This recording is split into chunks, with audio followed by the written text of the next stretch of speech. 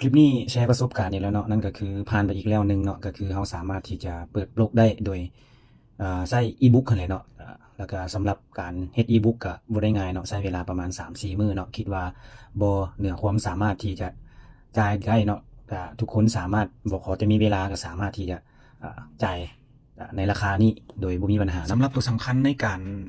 บล็อกแล้วเนาะตัวนี้มันโอนเงินเนาะตัวโอนเงิน ตัวโอนเงินนี่ก็ตกอยู่30กว่าขั้นตอนเนาะโอนเงินจากBCL นี่เนาะจาก BCL ไปหา IBKR เนาะเพื่อสิไปซื้อหุ้นเนาะ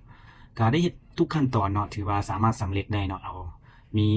ทุกๆขั้นตอนเลยเนาะก็คือตั้งแต่โอนเงินจนใช้โทรศัพท์อหยังต่างๆตัวนี้แม่นถือว่า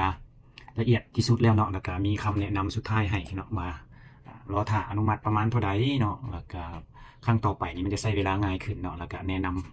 สำหรับคลิปนี้ก็บ่ได้ซักซ้วนหรือว่าเชิญชวนในการลงทุนเนาะมีแต่เพียงแต่ว่าผู้ใดที่สนใจเนาะก็บ่จำเป็นต้องมา